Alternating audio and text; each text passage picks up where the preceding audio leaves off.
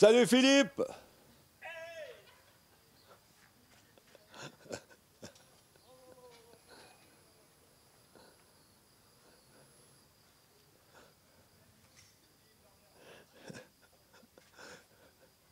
Ok, bienvenue Philippe sur ce plateau. Fais attention, ça bouge. Salut Franck. Salut à toi, bonjour à tous. Donc voilà, content d'être là. Comme vous avez vu, je suis arrivé à cheval parce que je me suis dit qu'une foire bio, rien de tel que d'arriver avec une énergie animale et pas prendre des énergies polluantes. Mais ça, c'était pour le gag parce que je ne suis pas aussi intégriste que ça. Mais très content d'être avec vous. Merci Philippe. Alors, tu vas quand même juste nous raconter brièvement ton parcours. Alors mon parcours, moi je suis cuisinier à l'Alimentarium à Vevey, mais je suis aussi animateur radio dans l'émission Bille en tête tous les matins sur la RTS de 9h30 à 10h avec du jas, et puis je fais plein de produits dont on va parler, mais voilà, d'où je viens, vous entendez à mon accent qu'il y a des restes, puisque je suis originaire de Camargue, je suis arrivé ici dans ce magnifique pays il y a à peu près maintenant 26, 28 ans, je ne sais plus exactement, peu importe. Je suis très fier d'être suisse depuis maintenant 7 ans, et... Et puis voilà, puis c'est un pays qui me plaît parce qu'ici j'ai retrouvé assez paradoxalement énormément de similitudes avec ma Camargue natale, c'est-à-dire des vraies valeurs, de côté un peu brut de chez Décoffrage, le rapport aussi à la nature, et puis voilà, je me plais bien ici, puis il y a des gens absolument fantastiques. Alors, tu as fait aussi un passage, donc formation cuisine où, quand, comment? Alors, ouais, moi j'ai eu un parcours assez international puisque j'ai eu la chance d'aller travailler dans pas mal de pays à travers le monde. Je crois que j'ai fait quasiment tous les continents, mais j'ai fait pas mal d'années comme enseignant parce que j'ai eu une révélation un jour, c'est de me dire que je ne serai peut-être jamais le meilleur cuisinier du monde, mais que j'avais l'envie en tout cas d'enseigner, de faire partager ma passion qui est la cuisine et plus particulièrement l'histoire de l'alimentation, puisque je suis convaincu qu'on a un rapport très étroit entre notre cuisine, mais aussi avec notre propre histoire. Surtout dans le monde dans lequel on vit aujourd'hui, où tout va très très vite, on le voit maintenant avec ces problèmes de Covid-19 et compagnie. Les gens cherchent des repères, cherchent des sortes de choses auxquelles se rattacher en se disant mais finalement voilà, si je suis comme ça, c'est peut-être parce qu'il s'est passé ça avant, et c'est ça toute la force de l'histoire de l'alimentation. Voilà, donc c'est ma passion. Et puis maintenant je suis un peu le régional de l'étape puisque j'habite le village à côté. C'est pour ça que quand tu m'as gentiment proposé de venir, et je t'en remercie, j'ai dit si c'est bio, je vis en attelage, mais c'est juste parce que j'habite pas très loin d'ici. Alors ta passion pour l'attelage demain? Alors, ma passion pour l'attelage, ça me vient de Camargue. Hein. Moi, j'ai su monter à cheval avant de marcher, j'ai envie de dire. Et puis après, au fil des années, je me suis tourné un peu vers diverses variantes du monde du cheval, dont l'attelage. Et pour moi, c'est un peu ma manière de décompresser. Hein. Au jour où il y a des gens qui trouvent toutes sortes de possibilités pour s'évader, moi, je pars avec mes chevaux. Et les chevaux, je trouve que c'est un univers dans lequel tu reviens à des vraies valeurs, où tu prends ton temps, où tu redescends en fait. Pour moi, c'est un peu ma drogue en fait. C'est-à-dire que je reviens, je suis stressé comme un boulet là, en revenant du boulot par rapport à toutes mes activités, et puis je me retrouve sur mon attelage, je pars en forêt, et là tu reviens, tu es presque fatigué parce que, reposé, tu es serein, et puis c'est ça la force de la force animale. La force animale. On parlera tout à l'heure d'ailleurs, on aura une heure sur la traction animale. Ouais. C'est exactement ça dont on va parler. Alors, une petite chose aussi, donc après École hôtelière, tu as transmis tes connaissances que tu avais reçues un petit mot sur cette personne, je crois, qui t'a marqué et t'a apporté beaucoup. Alors oui, merci de le mentionner parce que on a tous quelqu'un dans notre vie qui marque énormément notre parcours. Et moi, ça a été un monsieur qui s'appelait Vladimir Durussel, qui a été mon mentor. C'est un monsieur qui, pour moi, a été une sommité, puisque c'était un prof de cuisine incroyablement reconnu dans le monde professionnel. Et un soir, je me rappelle être par hasard tombé sur lui en train d'étrangler un étudiant sur la scène de l'école hôtelière. Et à ce moment-là, je me suis dit, mais qu'est-ce qui se passe? Et puis, j'ai réalisé qu'il y avait une pièce de théâtre. Et puis, lui me regarde de loin et puis il me dit, en bon vaudois, il me dit, non, toi, le nière, là, tu fais quoi ce soir? Puis moi, je devais rentrer, tu vois, j'avais les enfants en bas âge. Il me dit, oh, si t'as rien à faire, là, viens voir parce qu'il nous manque un nière, là, tu vas monter sur scène et tu vas prendre son texte. Et c'est comme ça qu'avec lui, j'ai découvert le théâtre. Et surtout, j'ai découvert quelque chose d'assez fou, c'est l'histoire de l'alimentation. Parce que moi, j'ai toujours été un passionné d'histoire, entre guillemets, de France, parce que j'avais une grand-mère en Camargue qui avait cette faculté de me parler. À l'époque, on parlait des cow-boys et des Indiens. Elle me parlait des chevaliers cathares. Moi, j'ai grandi avec... Enfin, j'ai pas beaucoup grandi, 1m67. Mais cette grand-mère me parlait de ces chevaliers cathares. Pour moi, c'était un monde magnifique. C'était un monde presque magique. Et je rencontre ce monsieur qui, lui, me parle d'histoire de la gastronomie. Et là, j'en ai la chair de poule d'en parler. C'est que à ce moment-là, toutes les choses se sont imbriquées les unes dans les autres, où j'ai enfin compris que tout est lié dans la vie. C'est-à-dire que tu te retrouves avec tes modes alimentaires, tes mœurs alimentaires qui correspondent à une époque donnée, qui te renvoient à certaines pratiques, à certaines découvertes. On le voit actuellement, je ne vais pas faire de la promo pour l'émission, mais Bille en tête actuellement, c'est une émission où, à cause du Covid, on s'est dit plus d'invités parce qu'on n'a plus le droit, eh ben on va retracer l'histoire de l'alimentation. Un peu comme on faisait sur Couleur 3 dans l'émission Chronophage, mais en format Bille en tête. Et puis, c'est juste un aboutissement parce que moi, ça me permet de ressortir mes vieux grimoires et de pouvoir recomprendre en fait beaucoup de choses qu'on a tendance un peu trop rapidement à oublier. Alors, je rebondis sur Bille en tête. Bille en tête va s'arrêter. Ouais. Un petit mot vite fait sur ces 6-7 ans de... Je crois 6-7 ans 8 ans. 8 ans de délire avec Dujas, ouais. le bien connu. Un petit mot là-dessus. Et puis après, tu continues en nous disant, mais bon, vous allez vous revoir, mais qu'est-ce que tu vas faire ou qu'est-ce que vous allez faire? On va peut-être pas parler pour lui, à moins qu'il te... Non, je vois pas de problème, mais souci. voilà. Ouais. Parce que je pense que ça intéresse pas mal de monde de savoir, ben, déjà on perd Bille en tête, mais en plus, ils vont où là? On aimerait bien savoir. Alors vas-y.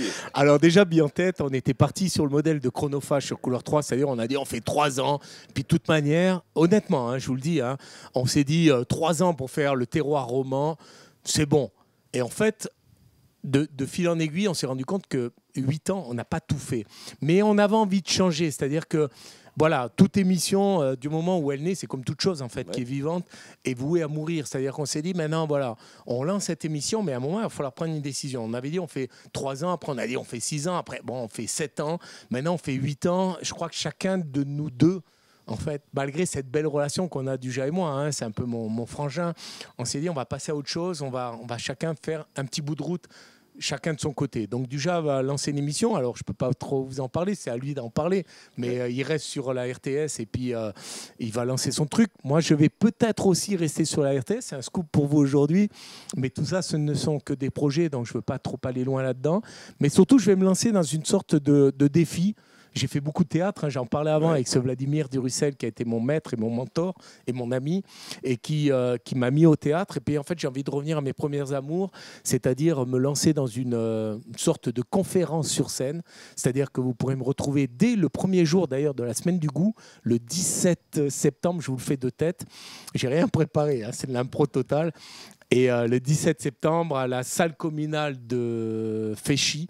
Après, il y aura d'autres salles. Il y aura aussi le théâtre de la Grenette à Vevey. Il va y avoir Balègue aussi qui m'a demandé.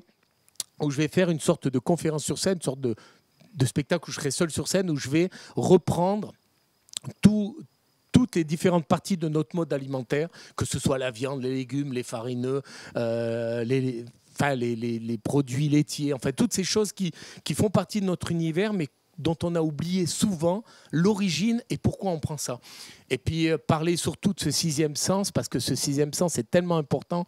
Tu sais, Franck, on parle souvent des 5 sens, l'ouïe, l'odorat, la vue, le toucher, le goût, mais on oublie qu'il y en a un 6e et qui est, à mon avis, le plus important, sans lequel les 5 premiers ne peuvent pas fonctionner, c'est l'émotion.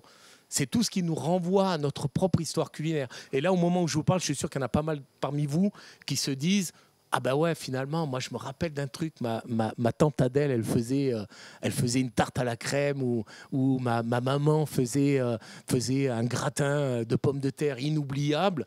Et ben ces choses-là, en fait, elles sont inoubliables que par l'émotion qu'elle procure. Mais en fait, la recette par elle-même n'est pas fantastique. Moi, je me rappelle de ma grand-mère qui faisait, ma fameuse grand-mère dont je te parlais, qui me parlait des chevaliers cathares. Ma grand-mère faisait une chichoumeille juste incroyable. Une chichoumeille, c'est la ratatouille camarguaise.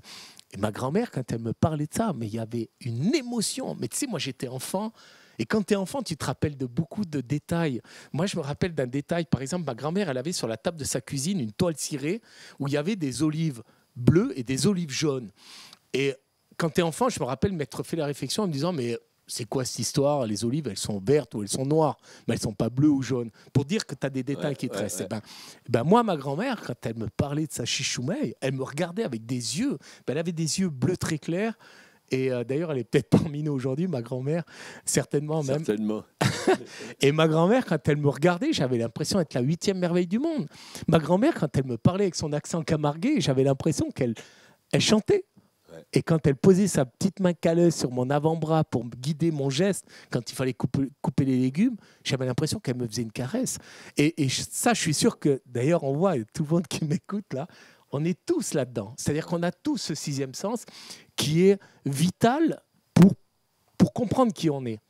Et c'est ça que je vais aussi essayer à travers ce spectacle, conférence sur scène, peu importe, qui va s'appeler Bon Appétit, 3 points de suspension, où je vais reprendre tout ça en expliquant aux gens que peut-être on a subi beaucoup plus de modifications ces 50, voire 100 dernières années dans notre propre alimentation que depuis 20 000 ans. Il ne faut pas oublier qu'à 20 000 ans, on suivait les troupeaux et on ramassait ce qu'on trouvait sur la route en suivant ces troupeaux. Donc il y a une évolution à mon avis, un peu trop rapide qui a fait qu'on marche parfois un peu sur la tête.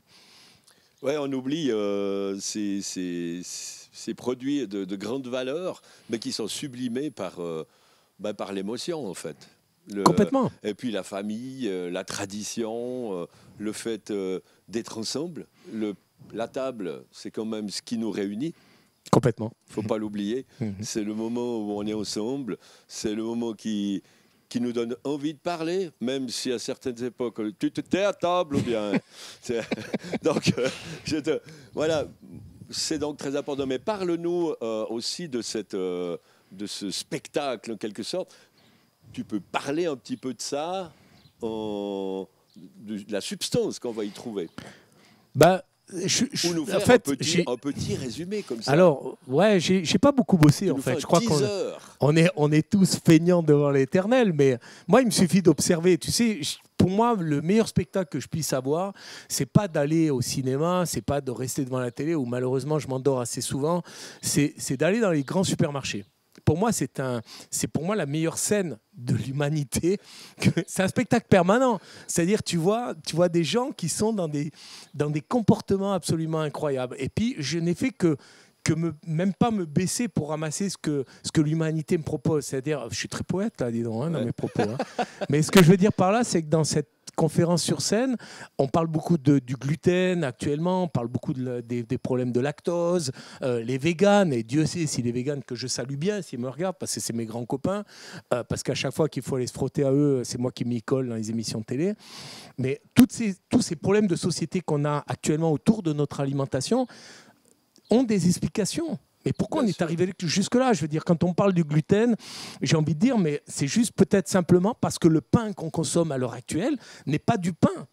C'est une sorte de préparation chimique qu'on achète tous, parce qu'on est tous quelque part feignants, parce qu'on est stressé dans un mode professionnel où on est sous pression en permanence. Mais on a tous acheté ce pain dans les stations-service, un pain qui est croustillant, tu l'as sur le siège passager, tu grignotes parce qu'il est tellement appétissant. Et puis tu arrives à la maison, il est déjà beaucoup moins appétissant, tu ne l'as pas fini et le lendemain, c'est une arme de destruction massive parce que tu peux t'en servir comme un manche de pioche finalement. Parce que ce n'est pas du pain, c'est un produit chimique qui a été créé par l'industrie, mais je ne veux pas taper sur l'industrie. L'industrie n'est qu'un outil au service du consommateur. Exact. Et c'est là où nous, consommateurs, parce qu'on est tous consommateurs, et là je vois, il y a des plants de tomates tout autour de nous, on a une responsabilité par rapport au monde dans lequel on vit. C'est-à-dire qu'on a les moyens de dire, maintenant c'est stop, maintenant j'ai envie d'arrêter, excusez-moi à l'antenne, je vais dire un gros mot, mais de bouffer de la merde. C'est-à-dire que j'ai envie de respecter mon corps, j'ai envie de respecter mon environnement et surtout, j'ai envie de respecter les générations futures qui arrivent. Parce qu'on n'est pas propriétaire du monde dans lequel on vit. Hein. On l'a emprunté à nos enfants. Je deviens vachement philosophe, moi. Mais c'est important, tout ça. Et on ne se rend pas compte de la portée de nos actes parce qu'on veut regarder les Princes de l'amour à New York avec les Marseillais à la télé. Qu'est-ce qu'on s'en fout? Je veux dire, un moment, c'est quoi un moment d'échange? Est-ce que c'est devant une télé en un écran plasma, LTD, j'y connais rien à ces machins-là? Ou est-ce que c'est de réaliser une recette en famille et surtout de recevoir ses amis et de leur dire, ce soir tu viens, je ne sais même pas ce que je vais te faire à manger, mais ça va être de l'amour que je vais te donner parce que je vais prendre ce qu'il y a à disposition et je vais essayer de faire un assemblage équilibré. Équilibré en termes de goût, en termes de saveur, mais aussi en termes de couleur, en termes de forme sur l'assiette et de volume. J'aimerais juste arrêter là-dessus dans le sens où, effectivement, on verra ce que j'ai, je prends ce qu'il y a à disposition à ce moment-là, etc. Et je vais y mettre de l'amour, je vais faire ce que je peux. Mais il faut surtout pas avoir peur. Je crois qu'il y a beaucoup de gens qui ont peur de cuisiner, mais osez. Exactement. Osez, ouvrez faites des exercices magnifiques, c'est faire travailler les restes, tout ce qui traîne vous ouvrez le frigo. Je vais plus pendant 2-3 jours au magasin, je n'y vais plus même pendant la semaine. Je finis tout ce que j'ai dans mes armoires, je pousse, puis j'essaye de composer, de délirer avec ce que j'ai sous la main. Et ça vous pousse. Et puis si on a peur, on le fait pour soi d'abord. Puis après, quand on se rend compte qu'en fait, on peut faire tellement de choses, même sans être cuisinier, mais simplement parce que on a envie, on touche, on regarde, on essaye, on voit qu'on évolue, et puis après, ça devient une nécessité. On fait presque exprès d'avoir des restes pour pouvoir les travailler parce que ça nous pousse à réfléchir et à créer en fait quelque chose de nouveau. Exactement. Puis tu sais, tu me parles de ça, au moment où tu me dis tout ça, dans ma tête ça va 2000 à l'heure, où je repense à avant-hier soir où j'avais dans mon frigo des raves bio qui venaient d'à côté, là, des nazis et compagnie. Et puis j'ai regardé les raves. Tu sais, ce qui est fou, c'est que c'est pas les raves qui m'ont intéressé, c'est les fans. Les fans. Et j'ai fait une soupe, mais extraordinaire, une soupe avec des fans de raves. Mais c'est juste du bonheur. Et ça me renvoie à une demande que j'ai eue il y a quelques années en arrière. On m'a dit, comme je suis passionné d'histoire, je ne suis pas historien, je suis passionné d'histoire de l'alimentation, on m'a dit, est-ce que tu pourrais nous faire une conférence sur l'histoire de la gestion des déchets en cuisine à travers les siècles? Mais en fait, c'est le seul domaine où tu ne peux pas faire une conférence là-dessus. Parce qu'avant, on ne jetait rien. Voilà. Avant, on utilisait tout. Ouais. Et c'est juste incroyable de se dire que maintenant, on balance... Enfin, Joseph Ziziadis, qui était là juste avant sur votre plateau, que j'aime beaucoup, Joseph, une fois, a dit une chose très importante qui m'a énormément marqué. Il a dit qu'on jetait jusqu'à 40% de notre production alimentaire. 40%. Quel pays fait une chose pareille? On est un des pays qui jette le plus de substances alimentaires. Et ça me renvoie encore à une expérience que j'ai vécue en 2018, où j'ai eu la chance et l'honneur d'être sélectionné parmi 5 chefs de la région lausannoise, où on devait faire chaque soir un banquet avec des restes de ces grandes surfaces, ces grandes comment dirais-je, supermarchés avec un logo orange, hein, donc Coop et Migros. Et on m'a dit, tu pouvais commander autant de camions que tu voulais. Mais autant de camions que tu voulais. Mais tu devais faire un banquet gastronomique pour 120 personnes, je crois. En tout cas, moi, je sais que je me rappelle, j'avais 120 personnes. Eh bien, la chose qui m'a le plus choqué, ça a été ce que j'ai reçu. Par exemple, je ne savais pas du tout, parce que pour un cuisinier, c'est très déroutant, hein, cette situation. Normalement, tu sais que tu as un banquet, tu dis, je vais faire ça, donc je commande ça, donc je vais planifier, etc. Là, c'est l'inverse. C'est comme toi devant ton frigo, quoi. Voilà, exactement. Voilà, c'est exactement ça, très belle image. Et là, je me dis, j'étais pas très inspiré, j'arrivais pas à me mettre en route. Et puis j'ai dit, finalement, je vais quand même faire des fonds. Parce que les fonds de cuisine, c'est les bases de sauce et compagnie. J'ai dit, ça va m'inspirer. Et j'appelle Table Suisse, que je salue bien, et je leur dis, est-ce que vous pouvez me livrer un camion juste pour choisir dedans des légumes et des os. Enfin, des os, des parures de viande. Et là, en fait, ils m'ont ouvert le camion plein. Et il y avait des tours de forêt noire au chocolat du sol au plafond. Donc pour faire un fond de cuisine, tu vois, c'est super. T'es un peu emprunté. Et du coup, je leur ai dit, non, il faut revenir avec autre chose. Et ils sont revenus avec des légumes. Et c'était des légumes en brunoise. Et j'ai passé l'après-midi à ouvrir les petits sachets de 150 grammes pour sortir la brunoise de légumes pour faire mon fond. Puis je vous passe les détails par rapport à la viande, où on m'a amené comme viande du filet de bœuf. Tout était donc dépassé de date. C'est ça le principe. Ben non, c'est pas ça le problème. Moi, j'ai cru que c'était ça. Et merci pour ta remarque, Franck, parce qu'à un moment, j'ai eu besoin d'huile. Et j'ai dit à Table Sud, je ne me rappelle plus son nom, il est passé l'autre soir à la télé. Et je lui ai dit, mais écoute, est-ce que tu peux m'amener un peu d'huile? Il m'a dit, mais t'en veux combien? Je lui ai dit, bah, je sais pas, pour 120 personnes, mais moi, déjà 1 litre ou 2, ce sera déjà beaucoup. Il m'a dit, non, mais je t'amène 10 litres, j'ai une palette pleine, je t'amène 10 litres. Puis je me suis dit, mais non, mais 10 litres, c'est ridicule, c'est pas une piscine olympique que je vais faire. Donc je lui ai dit, écoute, amène-moi 10 litres, ça paiera l'électricité, ça paiera toute l'utilisation de la cuisine à mon employeur. Donc il m'amène 10 litres et je regarde les bouteilles, c'est des bouteilles d'huile d'olive d'ailleurs, pas très locales. Et je regarde la DLC, donc je vous rappelle, on est en décembre 2018 et je regarde la DLC février 2020. Donc je rappelle le gars, j'ai dit, écoute, tu t'es trompé de palette parce que là tu m'as livré 10 litres d'huile extra vierge, un truc top, 2020. J'ai dit, tu t'es trompé. Il me dit, non, je ne me suis pas trompé, c'est juste qu'on ne peut pas les vendre. Et j'ai dit, pourquoi on ne peut pas les vendre? Et elles sont très bonnes. Et il me dit, non, mais l'étiquette, regarde, elle est collée de travers. C'est-à-dire qu'on vit dans un mode de consommation qui est tellement formaté. Je renvoie tout le monde, chacun par rapport à cette discussion qu'on a maintenant, à mon postulat de départ. Le meilleur spectacle que vous puissiez vivre, c'est d'aller dans les supermarchés et observer les gens qui achètent. C'est-à-dire, on est tous les mêmes. Même moi, je suis en train de faire mon malin là maintenant devant vous, mais on est tous les mêmes. Tu vas dans un supermarché, tu as 2 bouteilles d'huile, tu en as une avec l'étiquette de travers et une avec l'étiquette droite. Tu ne vas pas l'acheter, celle qui a l'étiquette droite. Et s'il n'y a plus d'étiquette droite, tu vas appeler le vendeur en disant, c'est inadmissible. Il y en a une, mais elle est de travers. Elle est de travers. Alors que ça ne change rien en contenu, parce qu'on a été formaté. On est un peu comme un ordinateur, finalement, qui a un virus et qu'il faut reformater. Ça veut dire que tu vas perdre des données. Mais est-ce que ces données, franchement, c'est important? Est-ce qu'on ne devrait pas revenir à des vraies valeurs? Ah, on a un virus, d'ailleurs, qui nous le rappelle tout à coup, là. Exactement.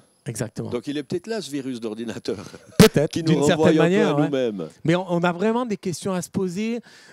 Tu sais, là, je fais le malin devant vous, mais pour moi, ça a été un grand défi de ne plus aller dans la grande distribution. Parce qu'on est quand même pris, même moi, les gros, qui fait le malin devant vous. Je veux dire, de temps, je me suis dit, ouais, mais merde, quand même, je fais quoi et tout. Mais qu'est-ce qu'on est bien après, quoi. Et si on y va, c'est comme au spectacle. Parce que les gens, j'aime à dire, et c'est vrai, j'en parle, tu me disais avant de quoi tu vas parler dans ton spectacle, mais je vais montrer ce que sont les gens dans un supermarché. Aller dans un supermarché, pour moi, c'est un acte de peur. C'est dur, ce que je dis. Mais c'est pas faux. J'invite tous ceux qui ne sont pas d'accord avec moi à me contacter. Mais aller dans un supermarché, c'est un acte de peur. C'est-à-dire qu'on va aller dans un supermarché parce qu'on sait qu'on va trouver des tomates absolument identiques. Va dans un supermarché, toutes les tomates sont les mêmes. Qui a un jardin où toutes les tomates sont les mêmes? Il n'y a personne. Moi, j'ai des pieds de tomates chez moi. Tu es d'accord avec moi? Il n'y a jamais de tomates identiques sur un pied de tomate. Comment on peut arriver à des résultats pareils? Parce qu'on a formaté notre alimentation. Et c'est pour ça que j'ai lancé mon ketchup. Mon ketchup, il me coûte de faire mon ketchup artisanal, ça me coûte 800 francs par année. Ouais. Je vous le dis, j'ai rien à cacher au niveau des chiffres, ça me coûte 800 balles par année. Pourquoi je continue alors? Je continue parce que j'ai envie d'enfoncer le clou, j'ai envie de dire aux gens, merde, regardez ce que vous mangez.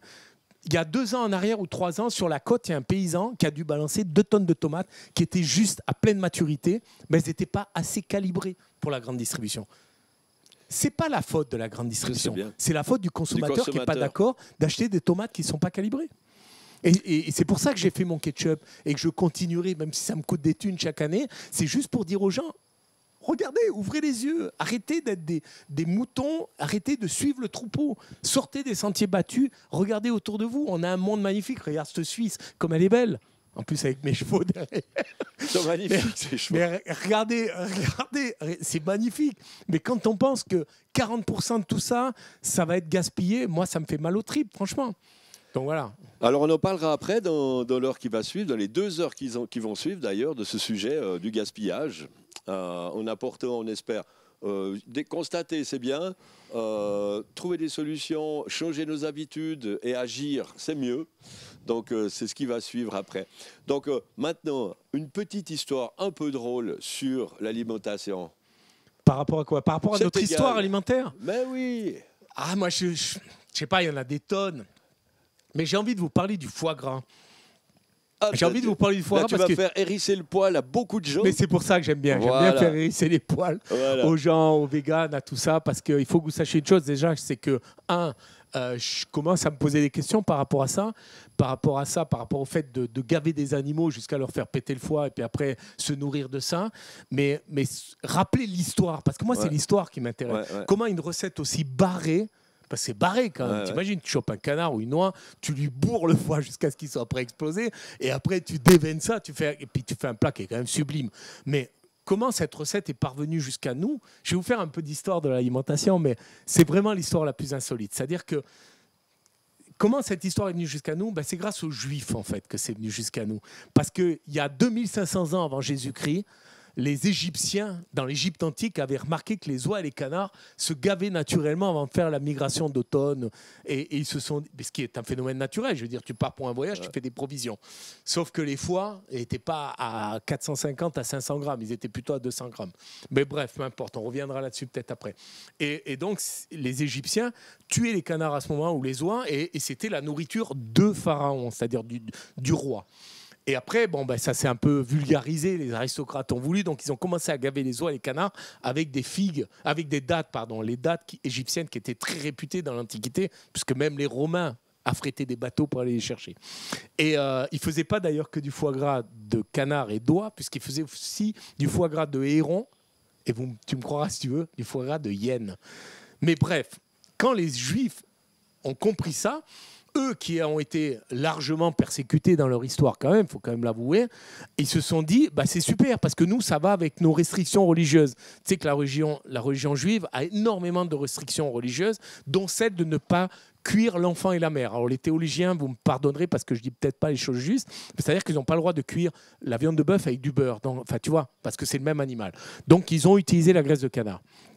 Donc les Égyptiens ont pris à leur compte cette technique de faire du foie gras, de gaver les oies et les canards, sauf que quand ils ont commencé à être persécutés par les Égyptiens, ils sont partis dans la Rome antique, et là, ils ont continué à le faire, mais comme les figues, les dattes, coûtaient cher, ils ont commencé à gaver les oies et les canards avec des figues.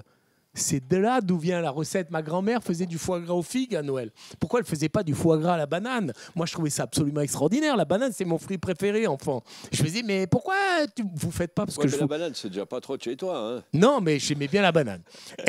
Et je disais à ma grand-mère, parce que je vous voyais ma grand-mère, je disais, pourquoi vous ne faites pas du foie gras à la banane? Elle me disait, mais ça ne va pas. Et tout. Mais parce que voilà, on a toutes ces choses ancrées en nous. Ça passe les âges. Exactement. Et puis on pourrait parler du pain, parce que le pain, c'est l'aliment qui est le plus fédérateur au sein de l'humanité. Mais pour finir cette histoire de foie gras, donc les Égyptiens, les Juifs donc sont arrivés dans la Rome antique, ont commencé à gaver les oies, les canards avec des figues, et le mot foie vient du latin figatum, qui renvoie au mot figa, c'est-à-dire que les deux aliments avaient tellement une relation forte qu'ils portaient exactement le même nom. Après, ils ont été persécutés, et attends, le fin mot de l'histoire, comme ils ont été persécutés dans la Rome antique, ils sont partis vivre.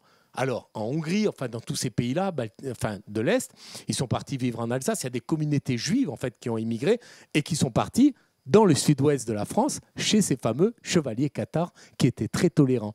La boucle est bouclée, puisque je disais au début de cette interview que ma passion, ça avait été au début les chevaliers cathares racontés par ma grand-mère. Avec le foie gras du Gers, juste à côté. Et voilà.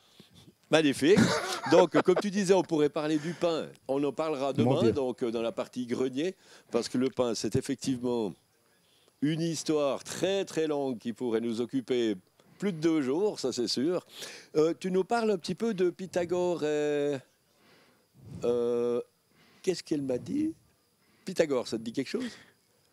Justement, ça ne me dit rien. Je vais te dire pourquoi. Parce que mon coup de gueule, c'est mon coup de gueule. J'aime bien Pythagore et Thalès et compagnie, tous ces fameux théorèmes qu'on nous apprend à l'école, enfant, et qui me gonflent un peu, pour être très honnête, au risque de choquer nos autorités politiques qui nous dirigent. C'est qu'on a retiré dernièrement dans le canton de Vaud les cours de cuisine à l'école. Et OK, restriction budgétaire, je suis d'accord, ce n'est pas une priorité. Là, je suis un peu moins d'accord. Mais ce qui me gonfle, c'est que on enseigne toujours Pythagore et Thalès à l'école, mais moi, je me dis que peut-être je mange un peu plus tous les jours que j'utilise le théorème Pythagore. On a des cours d'éducation sexuelle à l'école maintenant, c'est très bien, il en faut. On n'a plus de cours de cuisine, et pourtant, on mange plus souvent que le reste. C'est vrai que c'est la base, donc on oublie de nouveau la base. Moi, je dis toujours, on devrait apprendre au moins après 9 ans d'école de base. On ne connaît même pas 20 plantes sauvages comestibles. On ne sait pas faire un feu. Voilà. Donc, oui, c'est du domaine des parents, de l'éducation. Mais je crois que gentiment, l'éducation, va falloir la faire à l'école parce que les parents n'ont plus le temps ou sont plus assez. Ouais. Ils le savent même plus eux-mêmes. J'ai arrêté d'enseigner, Franck, je vais dire pourquoi. J'ai enseigné à 26 ans à l'école hôtelière de Lausanne. J'ai enseigné de nombreuses années aux apprentis. J'ai enseigné même dans des écoles où j'ai donné des cours. Et puis j'ai arrêté, pourquoi ? Parce que je me suis rendu compte qu'on passait à côté de l'essentiel.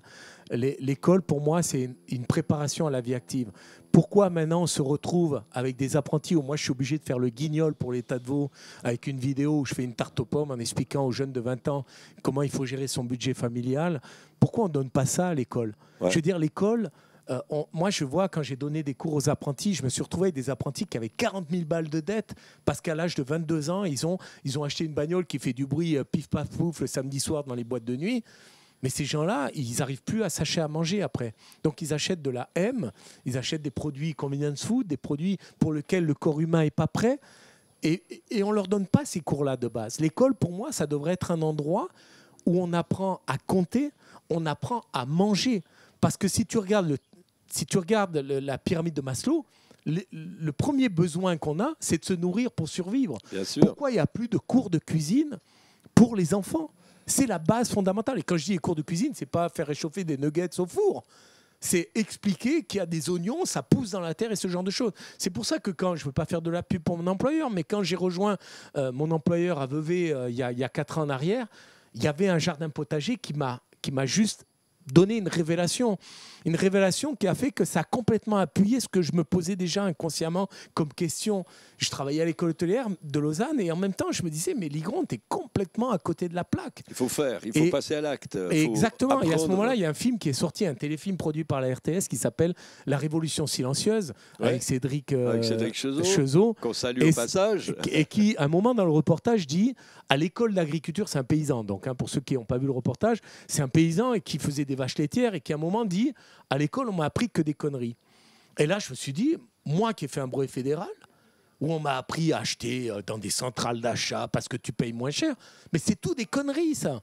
Parce que maintenant, moi, j'ai la chance, dans le cadre de mon travail à Vevey, à aller acheter ma viande chez Olivier Rucher, à aller acheter mes légumes chez Lou Maté ou chez Côté Potager. Je vais chez Macherette, qui est fromager. Je veux dire, j'ai pas peur de dire à l'antenne des noms, parce que ce sont des artisans, ce sont des visages, c'est un savoir-faire, c'est une expérience. Et c'est de l'humain. Et c'est ce dont on manque beaucoup dans notre alimentation à l'heure actuelle. Eh bien oui, ça c'est la grosse problématique aujourd'hui. On se pose tous cette question. Après, on va travailler, il faut se dépêcher. On a créé en fait une dépendance totale qui nous empêche de prendre le temps. Alors, on est libre. Chacun est libre de prendre ce temps. En fait, la liberté, c'est vous qui la prenez. Faut juste pas se faire avoir, quoi. Et c'est vrai que ça, c'est une réflexion pas simple. On est attiré par 12 000 trucs tout le temps. On nous submerge de choses à faire. On a l'impression qu'on n'aura jamais le temps de tout faire. Mais faisons déjà bien une chose. Et c'est ça, je crois, en fait, le secret. La liberté. Au lieu de regarder des pubs à la télé, ou les princes de l'amour, je reviens toujours là-dessus parce que je trouve ça tellement grotesque, les télé-réalités qui ne sont pas la réalité. On nous vend de la soupe, on nous raconte n'importe quoi. Et quand je dis de la soupe, j'ai beaucoup de respect pour la soupe, beaucoup plus pour ces émissions qu'on appelle de la soupe. Mais faisons à manger. Des pâtes fraîches, mais mon Dieu, c'est 100 grammes de farine, un œuf, une cuillère à café d'huile, de ce que vous voulez, d'huile de noix. On a de la très bonne huile de noix dans nos régions, et puis un tout petit peu d'eau. Faites-vous des pâtes, vous les étalez, vous les cuisez, c'est fini. Et vous avez un moment magique que vous vivez, et surtout, vous partagez de l'humain. C'est-à-dire que vous mettez une histoire là-dedans, parce que votre enfant à qui vous allez faire ça, toute sa vie, vous ne vous rendez pas compte de l'impact que ça a, l'alimentation, toute sa vie, ça va le marquer, parce que toute sa vie va se rappeler du jour où il a fait des pâtes fraîches. Et je ne suis pas en train de dire, ouais, maintenant les jeunes, ils ne savent plus comment on fait des pâtes fraîches. On s'en fout de ça. Maintenant, il faut passer à l'action et il faut se dire, maintenant, je vais donner de l'amour autour de moi. il faut faire. L'homo faber, celui qui fait. Des priorités, il faut se mettre des priorités. Alors, il faut transmettre. Et puis, l'éducation, on en parlait avant, tu dis j'ai arrêté d'enseigner, mais ça reste quand même la transmission, l'enseignement, au travers de la transmission, la base. Après, c'est le contenu qu'il faut changer. Exactement. Faut continuer de transmettre, mais peut-être différemment. C'est clair que quand on t'apprend plutôt à calculer qu'à cuisiner, c'est parce que, on le sait bien, la société fonctionne là-dessus, sur la consommation. On doit consommer, ça fait tourner le marché. Donc, pour ça, il faut calculer. Et puis, moins tu sais cuisiner, plus tu achètes. Donc, plus tu fais tourner le système. On est bien d'accord. Ma foi, on a conçu un système, c'est peut-être justement c'est ce système, mais on ne peut pas le changer comme ça d'un truc, mais on doit se poser des questions là-dessus, se dire, mais comment on peut faire, comment on en est arrivé là, puis comment on peut peut-être aller ailleurs. Faut virer la barre de cet immense paquebot qui a une... ouais, il a de la peine, hein. On voit l'iceberg, on sait qu'on doit l'éviter, mais il est tellement lourd le Titanic là que est-ce qu'on va arriver? Eh bien, on va y arriver de toute façon, soi-même. Changer le monde, c'est changer soi-même. Donc, commençons par soi-même, nous-mêmes, à nous remettre à cuisiner, à nous remettre à partager avec nos proches et passer ces grands moments de cuisine ensemble qui nous apportent en fait la base. Exactement. Et pas culpabiliser les gens, parce qu'au début, j'étais plutôt dans un mode culpabilisant, inconsciemment, parce que tu es là, puis moi j'ai une grande gueule, donc j'étais... Puis en fait, je me rends compte que c'est pas la bonne formule. La bonne formule, c'est juste proposer aux gens, comme tu le disais juste avant, suggérer aux gens en disant... Essayez. Une fois un soir, vous éteignez la télé. Mais rien que ça, tu dis à des gens, éteignez votre télé un soir. Un soir par semaine, vous dites ce soir, on va parler. On va parler, on va passer un moment ensemble, on va lire un livre. Mais c'est juste un truc de fou. Tu ne te rends pas compte le nombre de gens qui sont déstabilisés parce qu'on a tellement été formatés. On a été formatés à être formatés. C'est-à-dire qu'on a été induit inconsciemment à assimiler, à accepter des choses complètement inutiles qui nous ont complètement trépané le cerveau, en fait, tu vois, qui nous ont complètement abruti le cerveau. Alors maintenant, on se trouve sur le balcon, un petit coin, on plante quelque chose, on met des plantes, on en a parlé avant. Rien que le fait de planter une graine, de la regarder pousser, ça t'occupe déjà. Tu sais plus où t'en es. Tu te réjouis de rentrer sur ton balcon pour aller voir où elle en est, arroser. Donc toutes ces choses, tu prends le temps de cuisiner. En fait, la vie, elle devient magique et tout simplement en faisant des choses simples. Avec des gestes simples. Donc, moi, je te propose de nous donner une recette de cuisine sympathique à faire avec des produits de chez nous. Aujourd'hui, on a quoi? On a les fraises qui se pointent. On a de l'ail des ours. Il est à la fin. Il est à la fin. Fais-nous une recette. Faites des pâtes au pesto. Alors, vous faites des pâtes au pesto, c'est très simple. Vous faites vous-même votre pâte à nouilles. C'est, comme je l'ai dit avant, 100 g de farine, un œuf.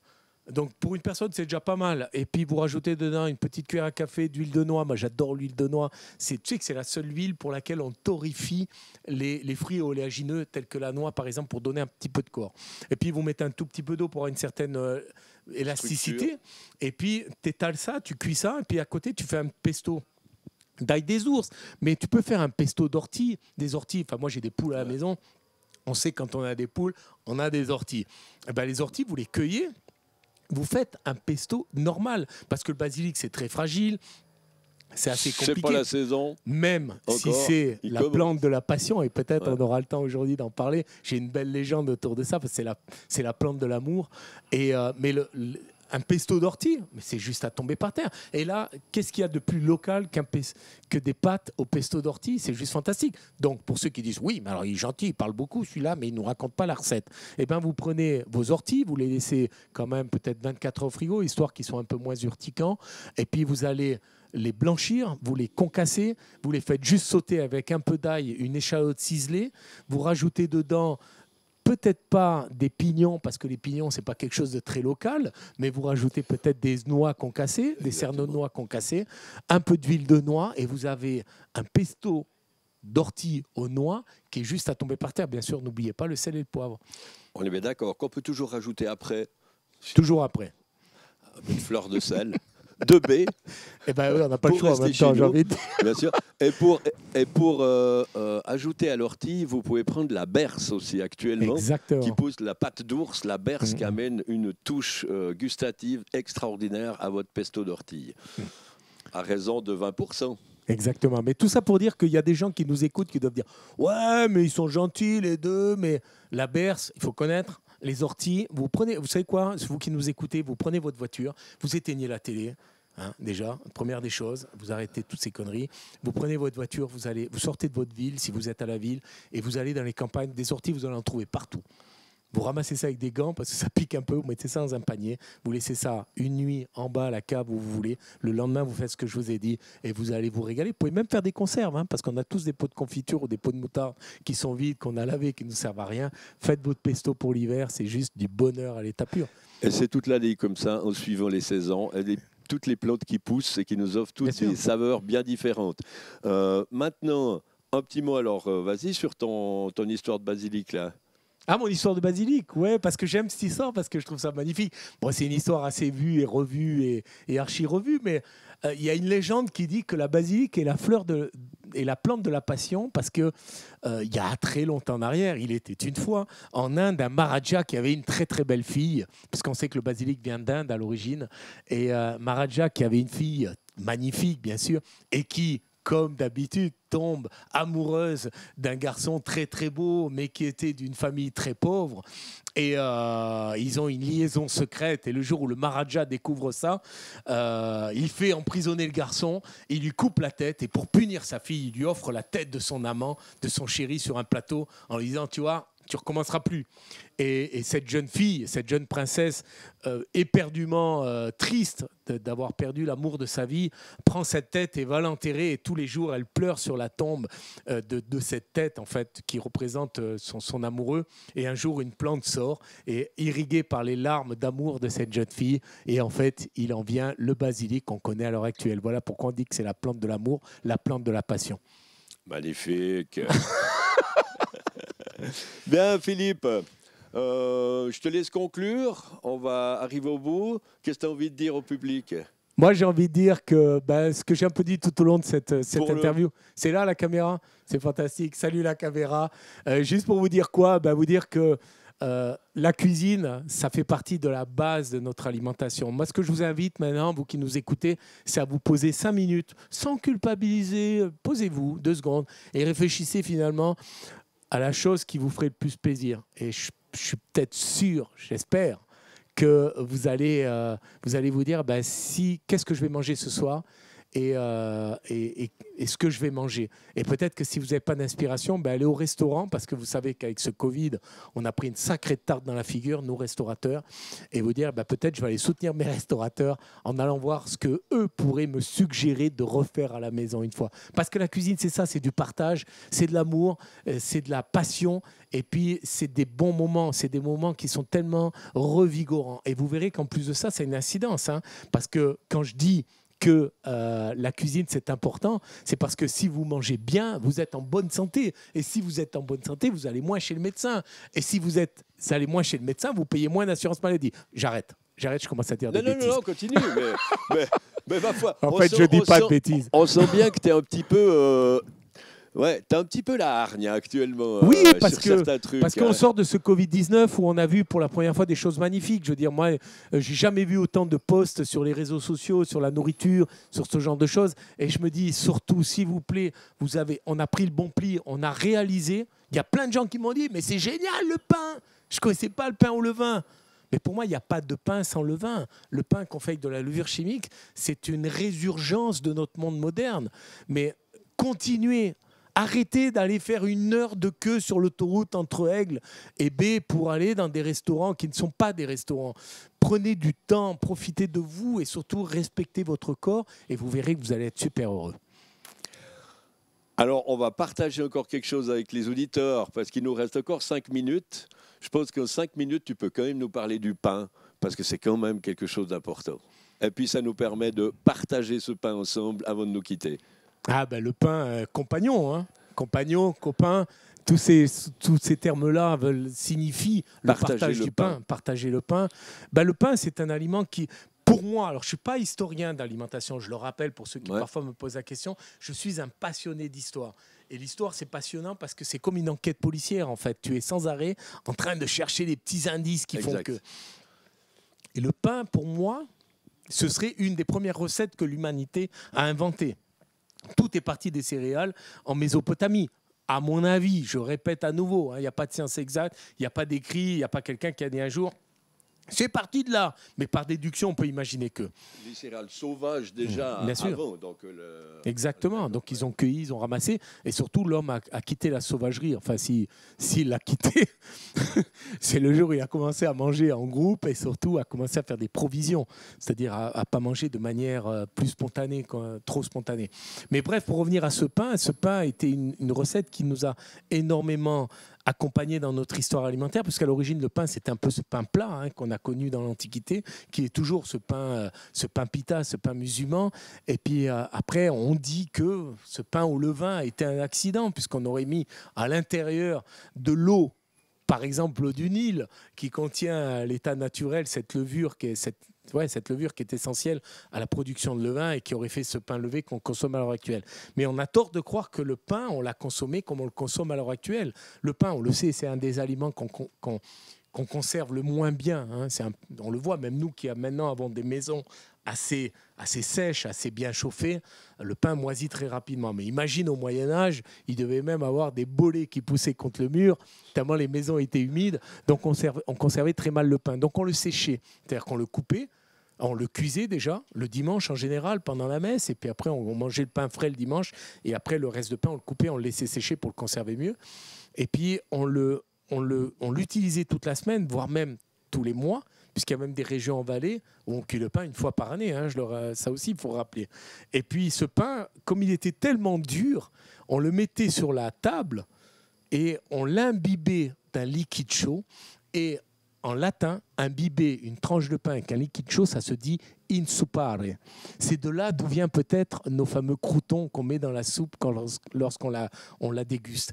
Voilà. Et qu'on l'adore. Donc voilà, il y a toute cette histoire autour du pain qui fait que ce pain, c'est quand même l'aliment de base de notre alimentation. On en consommait au Moyen-Âge jusqu'à 1,6 kg par jour. 800 grammes chez les pauvres, 1,6 kg, donc le double chez les riches. Ce pain a donné aussi les restaurants, on a tendance à l'oublier, puisque les cuisiniers dans les châteaux n'étaient pas payés, ils étaient payés qu'avec les restes des tables. Ils récupéraient tout ça, ils faisaient des sortes de grandes marmites où ils mettaient tous les restes du repas, et les femmes de ces chefs de cuisine vendaient ça dans la rue sous l'appellation de bouillon restaurant, parce que c'était des bouillons de légumes, de viande qui restauraient le corps. Il n'en faut pas plus pour imaginer qu'en 1765, il y a eu un monsieur à Paris qui était marchand de soupe, qui faisait partie de cette corporation des marchands de soupe, qui a donné d'ailleurs la soupe populaire. Coluche n'a rien inventé, et merci à lui d'avoir fait les Restos du Cœur, mais il savait toutes ces choses, c'était un érudit. Et donc, ce boulanger, qui n'était pas boulanger, mais qui était marchand de soupe, en 1765 a ouvert à Paris le premier restaurant au monde qui vendait en fait des bouillons restaurants, mais assis à table. Et c'est comme ça qu'est venue la corporation des restaurants. Super intéressant. Je te remercie beaucoup d'être venu. Merci bien, Philippe. Merci à toi, Franck. À tout bientôt. Et puis je te laisse partir avec ta calèche, gentiment. Ouais. On se voit derrière. Tout à fait. Avec grand plaisir. Merci à tous. À bientôt. Bye bye.